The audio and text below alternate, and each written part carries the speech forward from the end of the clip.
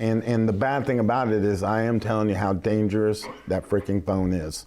It's amazing how they're getting to your kids at a very early age, by the way. And you know children, right? They're very impressionable and they get tricked very easily. And you know, next thing you know, they're telling them, hey, I'm gonna tell your dad or show this picture you just sent me all over the internet unless you come meet me here or do this, right? Well, kids believe that, right? And adults do too, unfortunately, but children are the worst, and that's how they get to your kids, right? So.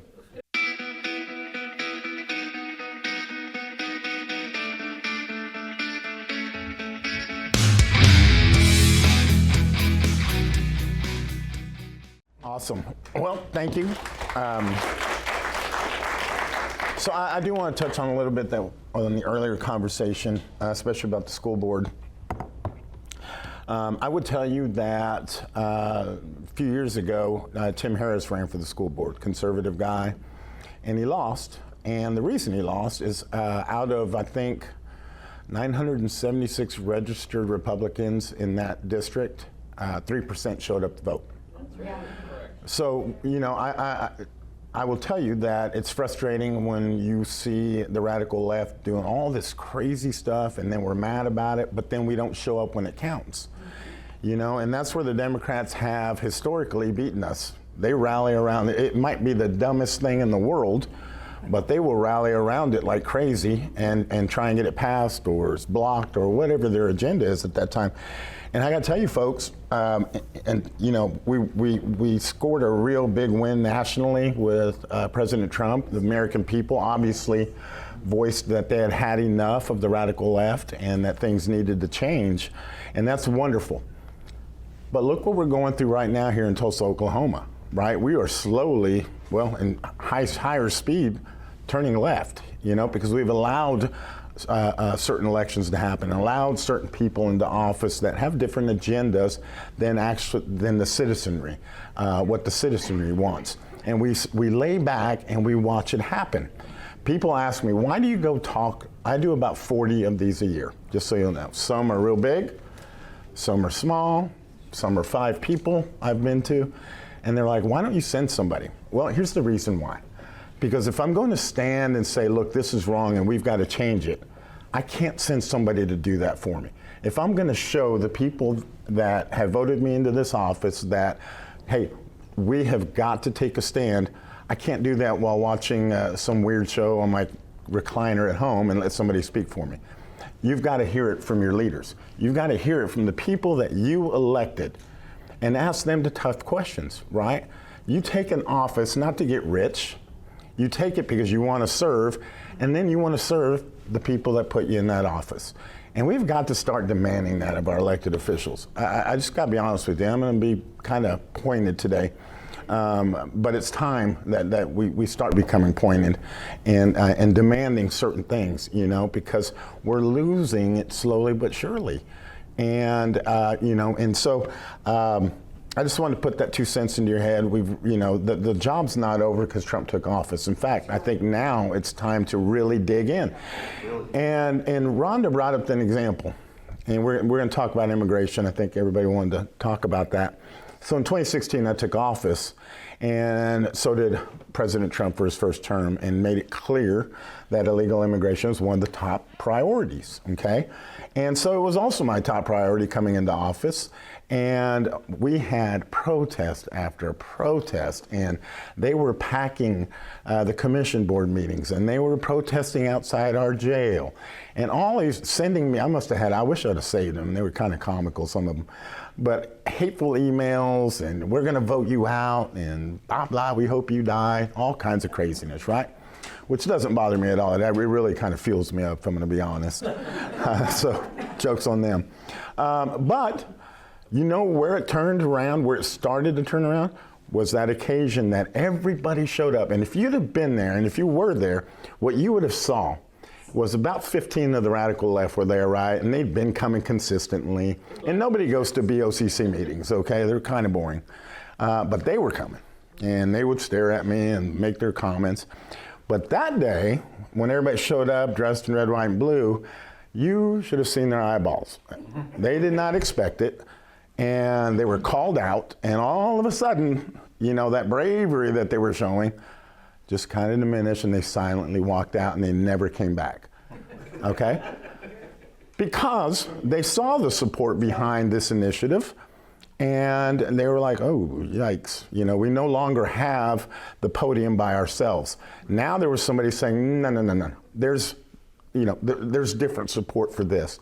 And it drowned out the BS, right? And they never came back. So from that point on, and during that time period until 2020, I really had no more problems, right? And so I'm going to take you through a history of just so you have an understanding where we're at today with immigration. But fast forward to President Trump, and I'm still running the same programs, right? We're still doing the same things. I've had 0 protests. You know why? Because people are tired of the yelling for no good reason. There's no reasoning behind when they're talking about we shouldn't enforce illegal immigration. I think the American people as a whole went, oh my God, this is a problem, right? And so because of that, we haven't had one protest. I mean, what can they say when you say we're taking criminals off the street, right? Now, you still have some of the idiots that are still talking about that, but nobody pays attention to them anymore, right? And so that's the power of people coming together in one direction. And whether we disagree on whatever it is, the big points, we have to come together and show force. And when I say force, I mean people crowding it and letting your voice be heard instead of the 4 idiots that we always hear from, right? So anyway, that's just my spiel on it, and I hope we get better at it. Let me take you through a brief history. I already talked about 2016 when Trump took over. We have what's called the ICE program, the 287G. I don't know if you all have heard of it. Most of you have. For those of you that haven't, it's essentially this. If you get arrested, and it doesn't matter by what agency, where at, but you get brought to our jail, and we suspect that you're here illegally, we have detention officers that are specially trained to navigate this program. They know the questions to ask to determine your citizenship. Once they determine that you're here illegally, they place a detainer on you, okay? So what that means is that you still have to deal with your local charges, but once you've dealt with them, whether it's you've been convicted, charges dropped, what have you, you still stay with us, and to ensure that you go to immigration court and ultimately get deported. And so that's the program, right? And it's probably the best safety net in regards to what law enforcement can do at the local level to combat illegal immigration.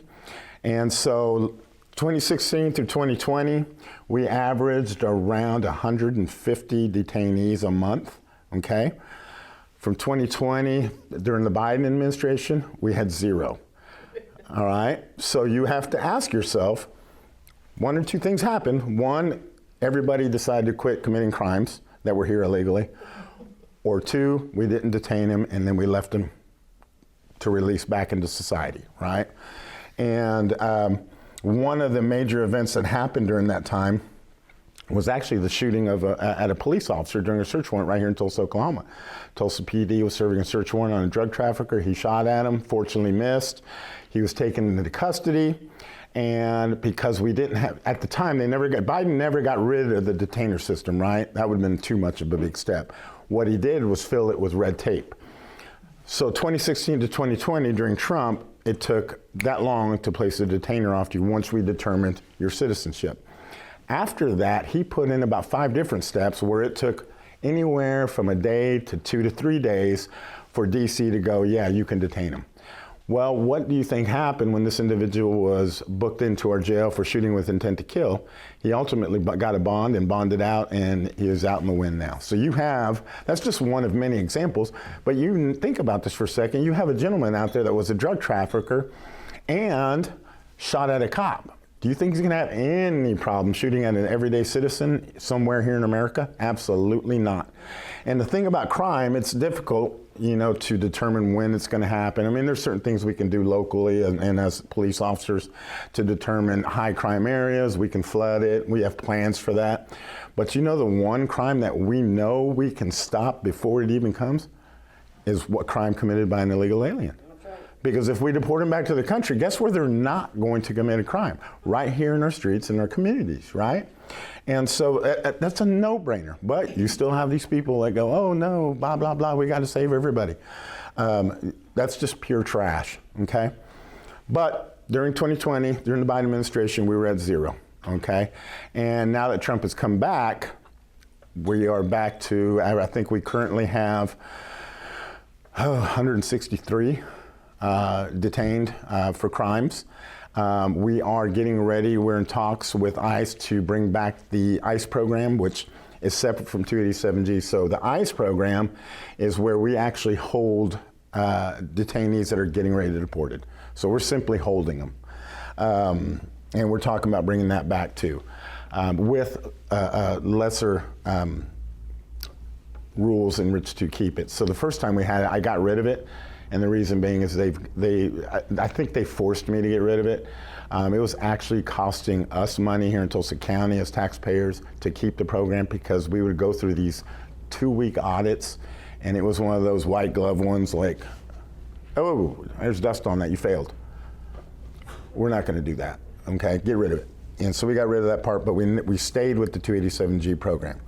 And it's been very successful. It's continuing to be very successful.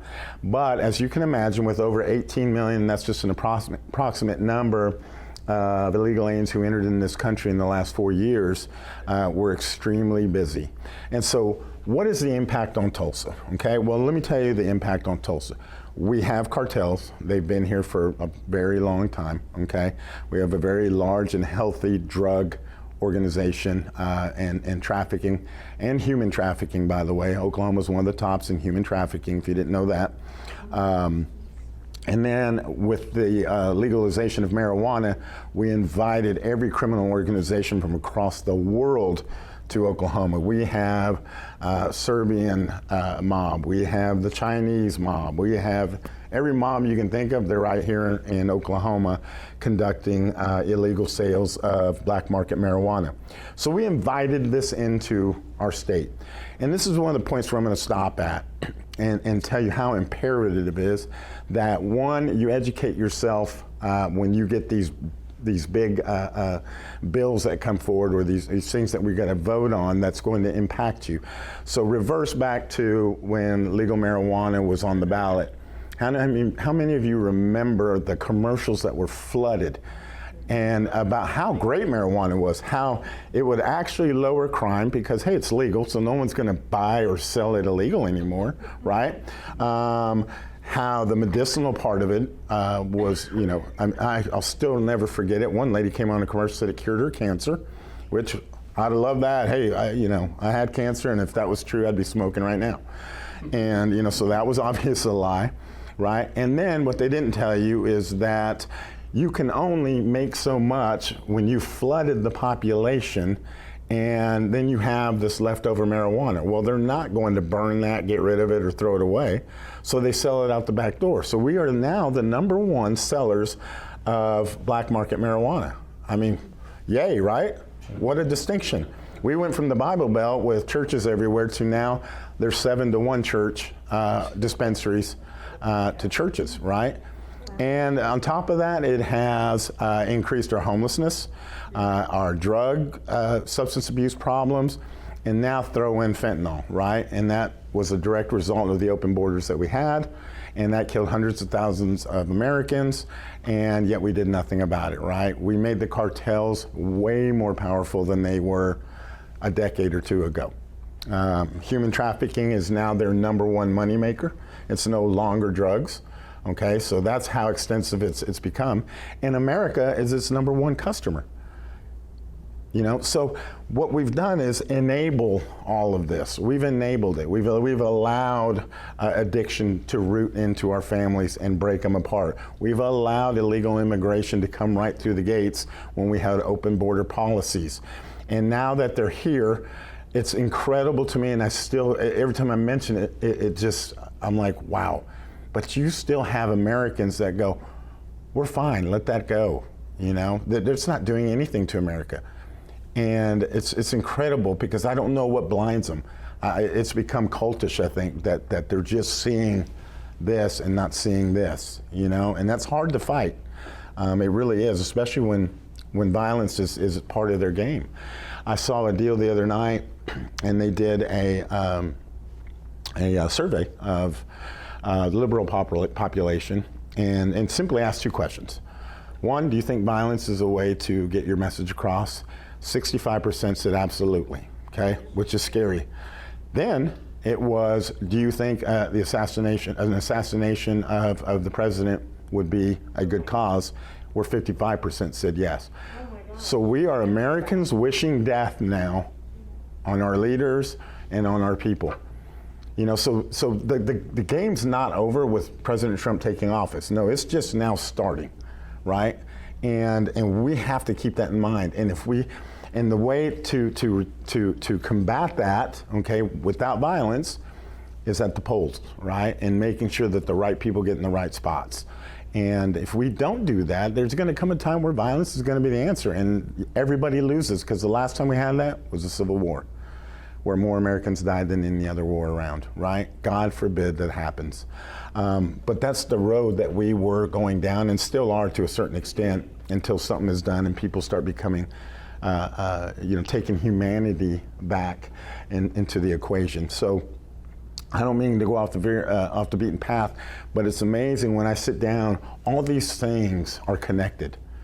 When you sit down, all these illegal immigration, the legalization of marijuana, the misdemeanorizing of our drug laws, it is all meant, and let me back up for a second. There was a time where I didn't believe that. I'm like, there's no way, that's diabolical. I mean, whose plan is this, right?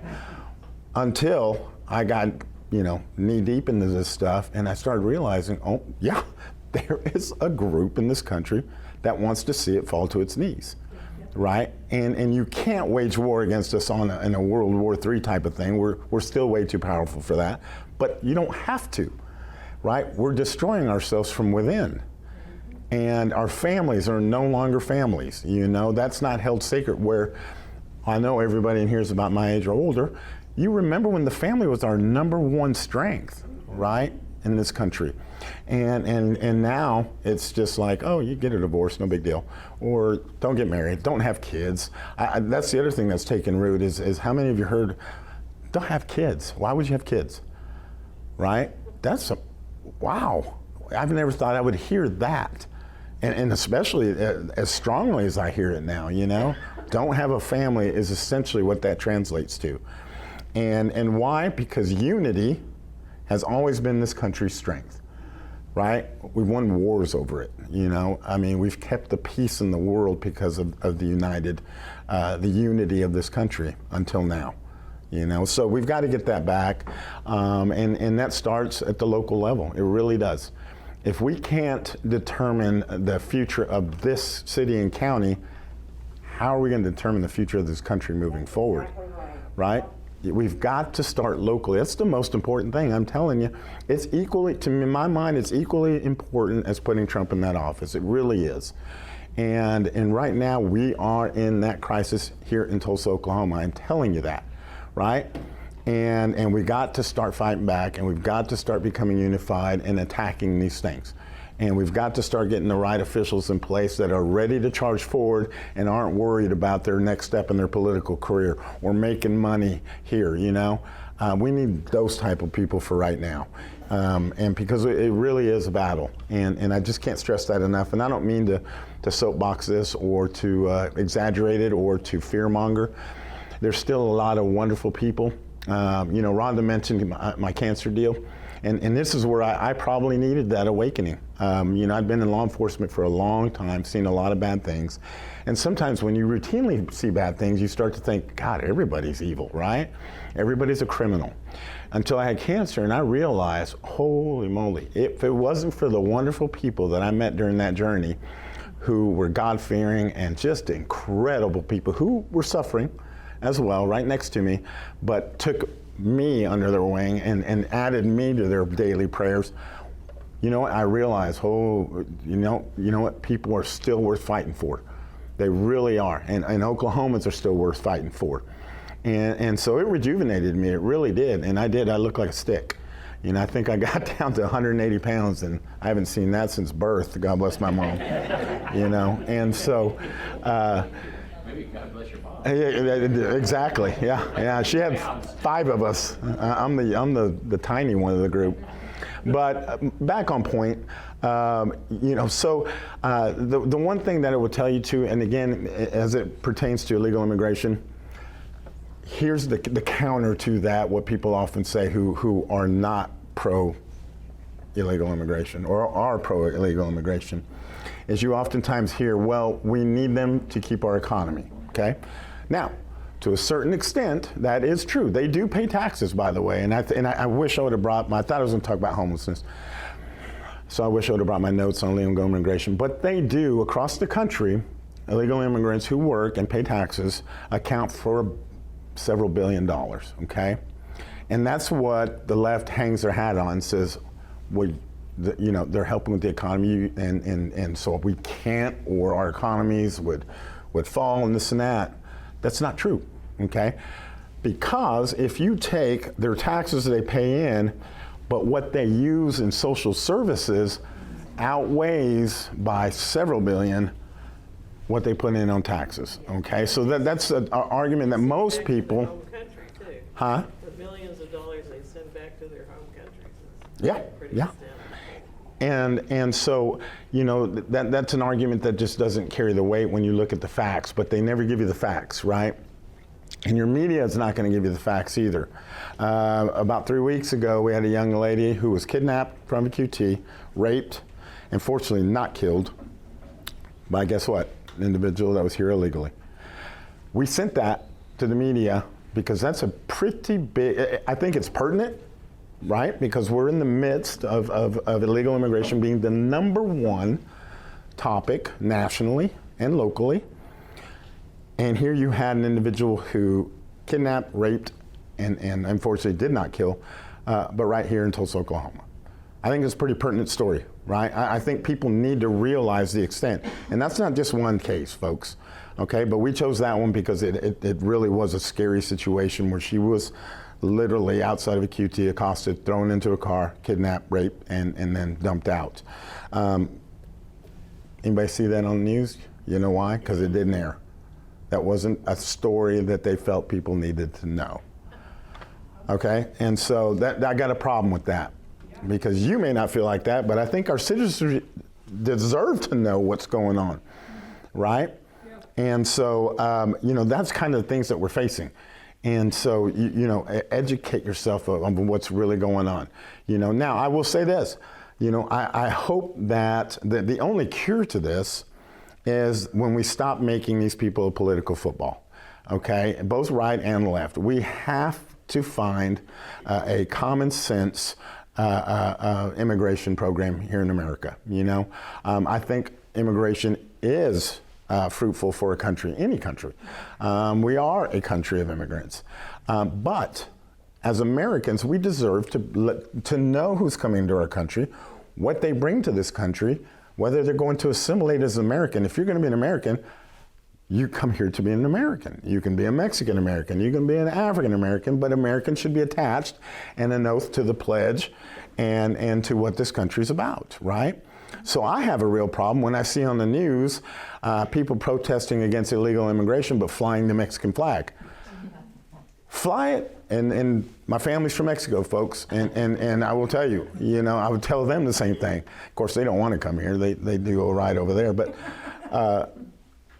go be over there, and if you're escaping violence and all those things, then come and do it right for us, and sometimes I feel like I lose my train of thought or my opinion sometimes weakens a little bit on that process until you have met somebody who's gone through the process.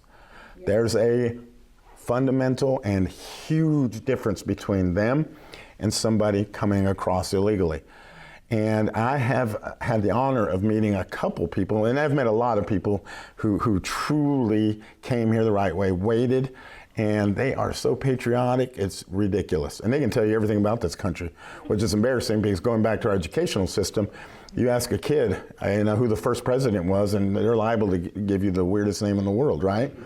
And so, but this individual, I said, man, he waited 7 years to get his citizenship. And I'm like, okay, I'm gonna be honest with you, answer me truthfully. You could have come across and been here a lot quicker. And he's like, yeah, I could have.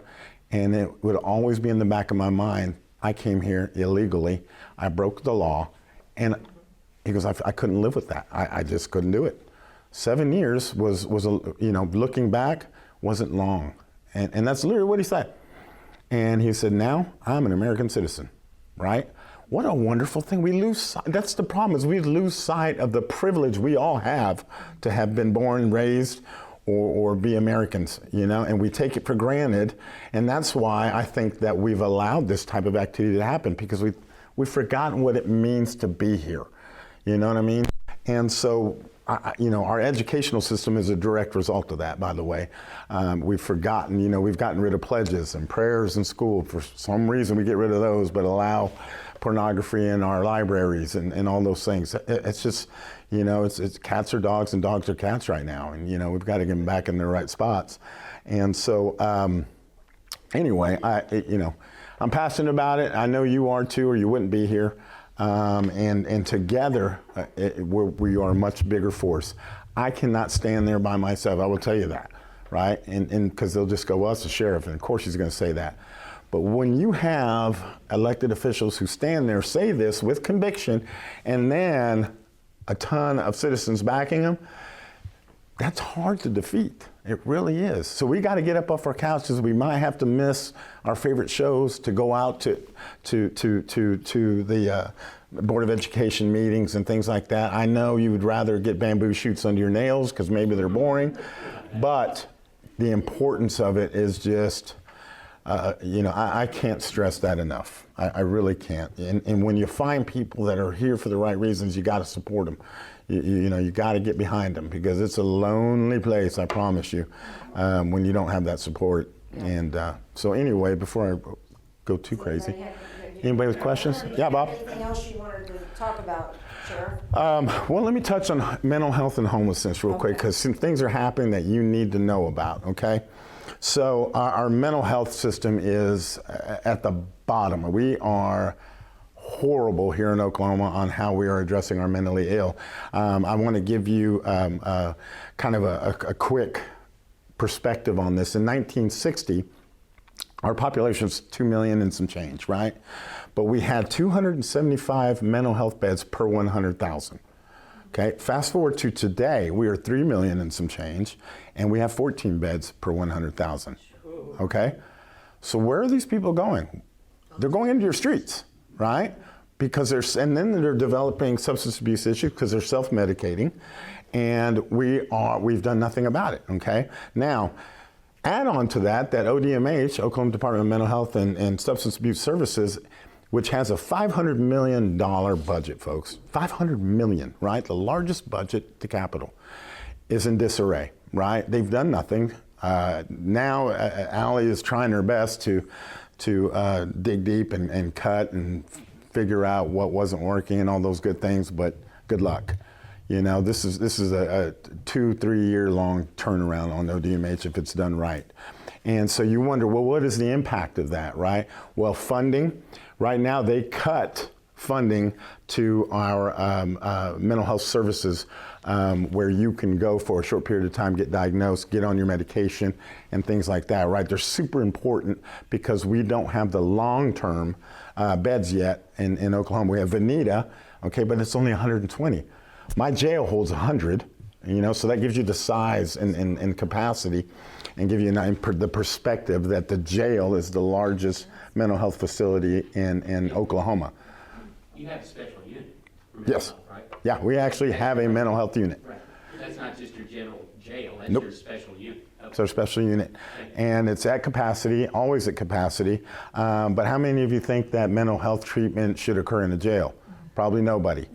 On top of that, okay, per the Constitution of Oklahoma, ODMH is responsible for people who are awaiting mental health restoration. What that means is that you've committed a crime, okay, and you go before the magistrate, and the magistrate goes, I think there's some mental issues with this individual. I need ODMH to treat him and find out whether or not this individual can be brought back to where they can take part in their defense of their crime, which is their constitutional right, and if they can't, then we need to get him or her admitted to long-term treatment until they can achieve that, okay? We have 62 people awaiting that in my jail right now, okay? And we have sent ODMH, we got a consent decree against them. They were ordered, come pick these people up and start getting them treated. They're not, okay? And they're not. And so these are people that have no idea why they're in jail, okay? They're not charged with anything. They're awaiting treatment. But we're holding them in the jail. Anybody see a constitutional issue with that, right? And yet, here they are. And, and so and then drug court and mental health court have all dipped. They're starting to come back up, not because of anything wonderful happening, but because of the sheer size of people and the sheer size of the population of those suffering from mental illness and substance abuse issues, okay? Now, it is humane to try and get these people help. It is not humane to let them linger in our streets and in our alleys, okay? But here's the deal. What no one ever talks about is our citizens. You have a right to go downtown Tulsa, to go anywhere in Tulsa and not step over somebody passed out, not see a guy masturbating in the corner, not see a guy that is showing his thingy to kids at the BOK, to work in a store downtown and not get beaten half to death. Why are we overlooking those things? Yeah. We should demand a whole lot better, okay? And the city's response is Homes First Solution. I'm gonna give you a real quick deal on that because I can go forever on this. But essentially what it is, and this is not new, do your research. Homes First Solution is a large money-making organization that comes into communities and says, well, yeah, you got a homeless population, but here's why, because you don't have any homes. And I'm not joking. That is their working mission statement, okay? So they come in, they get federal money to build these homes, so there's no overhead, okay? And they build these homes, and so people get rich building them because the contracts, you know as well as I do. I mean, we're looking at Doge right now, right? We give you tons of money to build a tiny home. It makes no sense, but they do, all right? And so they build it, and then they still charge rent. Now, they don't charge it at the level that the average rent here in Tulsa, Oklahoma, they charge it under. But that is money without overhead. That's free money into the bank, okay? There are no wraparound services. So tell me if this makes sense. And I am not a mental health person, but I do fancy myself as somebody with common sense, right? Why would I give a home to an individual who is so deteriorated mentally and has substance abuse issues and say, here's your home, take care of it, make it look good, right, and go get you some help?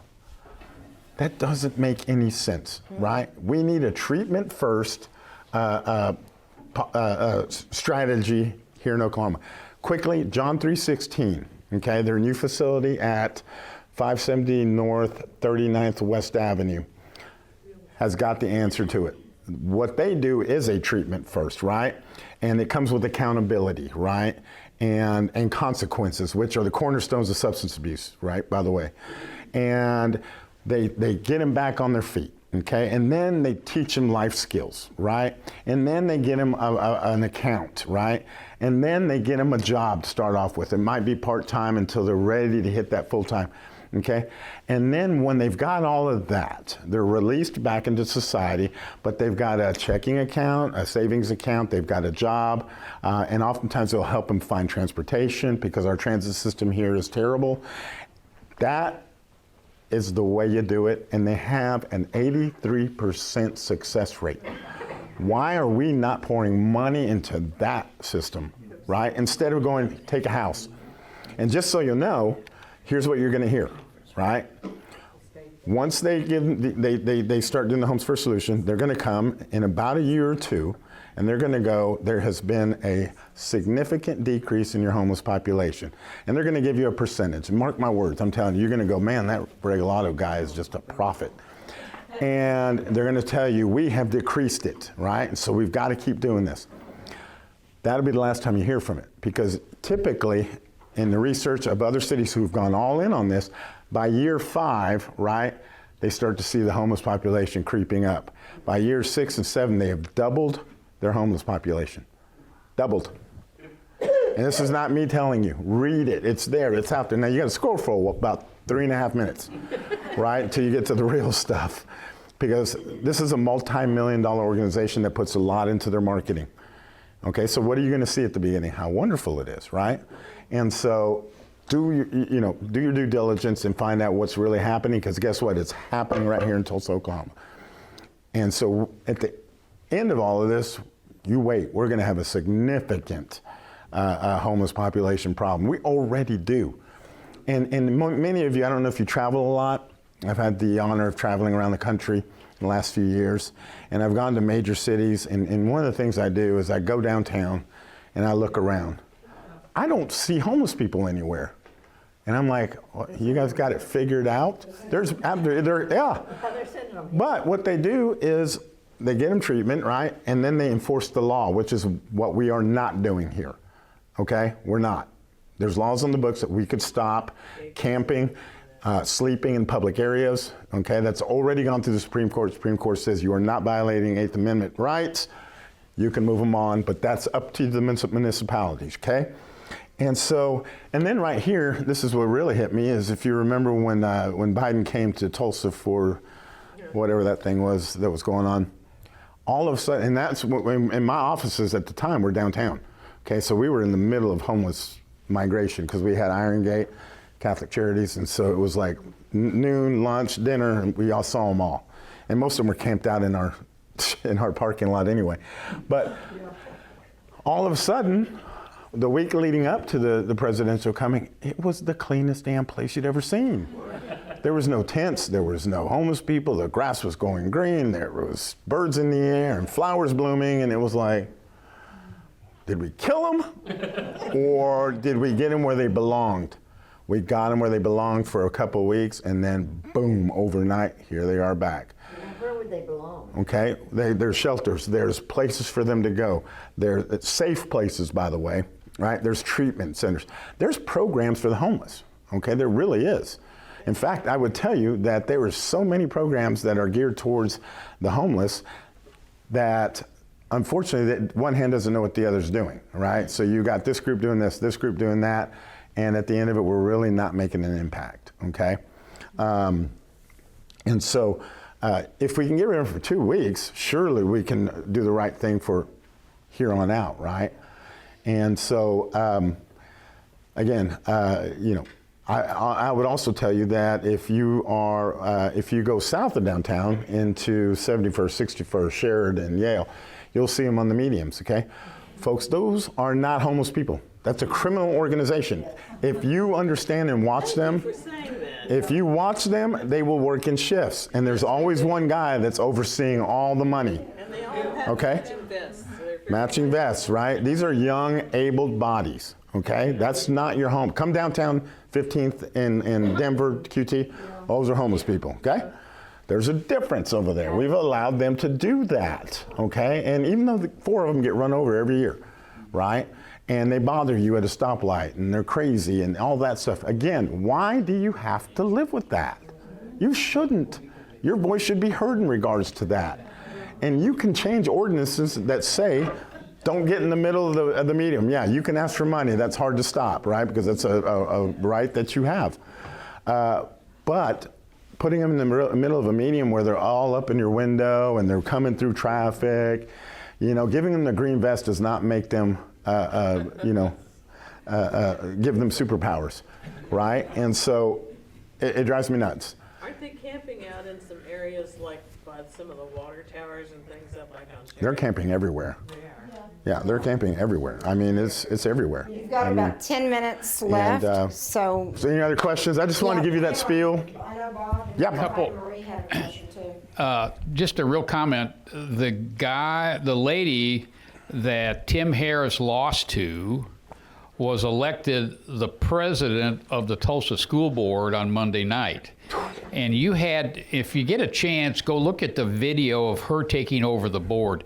It was the darndest thing you have ever seen in your life. She had no idea what she was doing. And we've got a PTA mom now, the president of the board. And by the way, the president of the board has her and the superintendent have sole authority over what goes on the agenda. None of the other board members can put anything on the agenda except for the president and the superintendent. So we have a PTA mom getting ready to be overseeing an $870 million budget. It is the darndest thing you have ever seen. It's deal. The mission, I've been on the board at the mission for 10 years.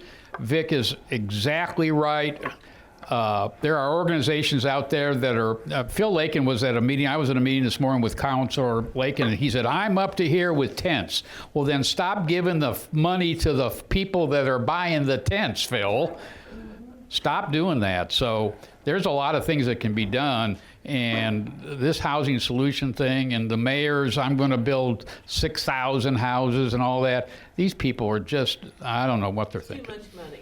Getting worse and worse. The homeless population is increasing dramatically. Where you've got to look is who's getting dollars. It's friends of friends. It's big business now. You have big contracts awarded for large apartment complexes where they've got a 2-year contract or something, and then after that, the homeless are out of it, and they refit it and sell it as expensive apartments. Oh, okay. Anyway, the whole, it's upsetting thinking about it because it's a scam. It's a money grift. It's a huge money grift. It's just like in D.C., the money grift. And yes, and as far as some of the things you said, the marijuana, rolling that back, does it take the legislature to roll it back, or can it be done on the ballot? It has to, for appeal of that, you would have to get signatures, and then it would be, and once you got enough signatures, and I don't know what that number Then is. it can be put on the ballot. And then it can be put back on the ballot for What about voting. the semi-legalized theft up to $999? Is that the same thing? That's the same thing, and so is 780 and 81, where made misdemeanors out of our drug crimes. That would have to be repealed through signatures and then a vote of the people. Now, the legislature could put it on the ballot. They could choose to put it on the ballot, so could the governor. Yeah, I mean, that'd be, and that part I don't know, I'll be honest with you, that process. If it's a constitutional change, it does have to go on the ballot, and because it was put on the ballot that way. So you're saying that Oklahoma's a big hub for human trafficking. Yes. Is this mostly, is it most labor trafficking, or is this mostly sexual trafficking? It's both, a little bit of both, yeah. And when you have to understand quickly, when you talk about human trafficking, it comes to mind, the bad guy coming in, kidnapping your daughter out of bed and running off to some foreign country. It's not that way. Believe it or not, do you know who the biggest suspects are of human trafficking for young girls? Their mothers. Yeah, it's a startling statistic, but it is, right? And, so it's one of those, human trafficking is one of those deals where, in its simplest form, what it means is that I'm coercing you, tricking you, whatever, into selling your body to make me profit. That's human trafficking, okay? At its simplistic form. Now, the bad guy coming in and stealing your daughter happens. Happened about 2 years ago. A father with his daughter at a Dallas Cowboys game, loses her. She's gone. They can't find her. She turns up in Oklahoma City, being trafficked by a group of organized crime. So the phone is your biggest stranger, by the way. If your kids, your grandkids have a phone and you allow them to go bury themselves in their room, and you would just bury them with a stranger that does not care about them and it means them harm, and it drives me nuts when we give this class to families and parents, and they say, well, here's the deal. I don't want to invade my child's privacy. Folks, like my dad would take a door off our room. It was like, his privacy was like, well, great, then get out of my house and go pay rent somewhere and you can have all the privacy you want, right? But we've kind of lost that. And the bad thing about it is I am telling you how dangerous that freaking phone is. It's amazing how they're getting to your kids at a very early age, by the way. And you know children, right? They're very impressionable and they get tricked very easily. And you know, next thing you know, they're telling them, hey, I'm going to tell your dad or show this picture you just sent me all over the internet unless you come meet me here or do this, right? Well, kids believe that, right? And adults do too, unfortunately. But children are the worst, and that's how they get to your kids, right? So if we're out and about shopping, doing whatever we do, are there any things we can look for if we that would make it suspicious that somebody might be being trafficked? yeah, you know, most of the Just to time, report it? I mean, you know, if you see a young lady hanging out at a motel room, that's not normal, right? oh, singly And by yourself. by herself or going in and out of a hotel room, and I'm talking that looks like she's, you know, under 18, that's not normal, right? And so you call the police, do a check to well-being. You know, and it may, you know, at its best, they come and maybe she's in there with mom and dad and they're just staying at a low-rent hotel because they're, you know, having money problems. At its worst, she's being pimped out and human trafficked right there at the hotel. So, They have a hand signal now that they can. oh, they have all kinds of crazy Oh, that's stuff out Mom. there. That's Facebook. Mom. I saw it too. It was on If you're in Quick Trip and you see a line of girls going to the go to the restrooms. women's bathroom and a guy standing there with them, Ah, that would be. I've run into that a lot at Bixby. They're all going to the bathroom. And they And don't they have, won't and the guy won't let you go to the bathroom while they're there. and they're not, happens- and they're it not in happens pretty sports gear or often. anything. Oh, They're that's not all. wearing sports gear. Okay, you're talking about housing, that trailer park about 85th and Lewis that backs up to Riverside. I'm hearing that they're gonna, well, it sounds like they're gonna move 61st and Peoria down on South Lewis. Do you, I haven't heard, but I would not be surprised. Yeah, you know, the thing about these homes, right? They're never in the where the mansions are, right? They're never going to be built in that part of the neighborhood. They're going to be built in our part of the neighborhood, or at least my part of the neighborhood. And you know, so it's unacceptable. And when just so you'll know, I think Bob, you were there the last time I talked about homelessness at Campbell Hotel. There was a city councilor there, and I can't remember what her name is. She's dumb as a rock. Yeah, and Or something like that. she was, huh? Dotson. No, it wasn't her. the The newest one. the new, no, it wasn't her. It was the other one. With the yeah. And anyway, regardless, the thing about it is I made the same point that it's not built in the rich people's neighborhood. It's built middle class and below, right? And the argument to that is this thing they call it, only the left uses this, but they call it NIMBY, not in my backyard. So they try to make you feel bad, like, oh, you want to help the mentally ill and the homeless, but you just don't want it anywhere around you. You're damn right, right? That's not inhumane. Go build it in your house. Go tell your HOA you're putting this right over in your neighborhood. I tell you, and I always try to say, set the example for me then. Once I see it up next to your house, I'll say, hey, good job. You know, I'm still not going to do it, but I'll go, you know, at least you're putting your money where your mouth is at. Okay, there is a house, I live in South Tulsa. There's a house on Marion between 103rd and 101st. And it sits back off the road. And somebody put a halfway house in there. And it's men, and it's supposed to be limited to 5 men or something. There's a lot more men in there than whatever is supposed to be there. They're out there, they're hanging outside all the time. The poor family that lives right next to this thing has put surveillance cameras all around their fencing because they're scared to death.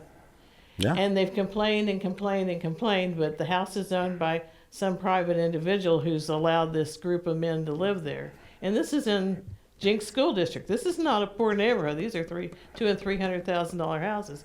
What can this family do to? Aren't there It's probably an Oxford house. I don't know what it is, but they're terrible. I picked it Really? up to Let's hear that to story. celebrate recovery. Oh, so it's a substance abuse house, yeah. Yeah. Yeah, and so if it's a legit one, Hanging outside you know, all the time. and so just so we'll know and set the record straight, you know, those houses, when they do go up, you know, or substance abuse programs, like you have one, not women in recovery, but, Yeah, I have women. it's Resonance. You've heard of the Resonance Group? Okay, well, they're right there in a pretty nice neighborhood, but where they're in is a nice building. They have rules. Nobody's lingering and loitering. Nobody come in, you know, one the night, you know, things like that. That's not what I'm talking about, right? What I'm talking about is Home's First Solution, where you give them a house, there's no restrictions, there's no rules, there's no wraparound services, because what happens? Well, friends start coming over. Next thing, friends are staying there. Next thing, cars are being parked in the yard, and cars are being parked in front of your garage, and all those nuisance things that, guess what? That's a problem. And why, you know, dealing with nuisance is almost just as bad as dealing actually with criminals. I mean, House is a lot more lenient. Well, thank you, yeah, thank you. It's been a Sheriff, real honor. very much for coming out. We appreciate you.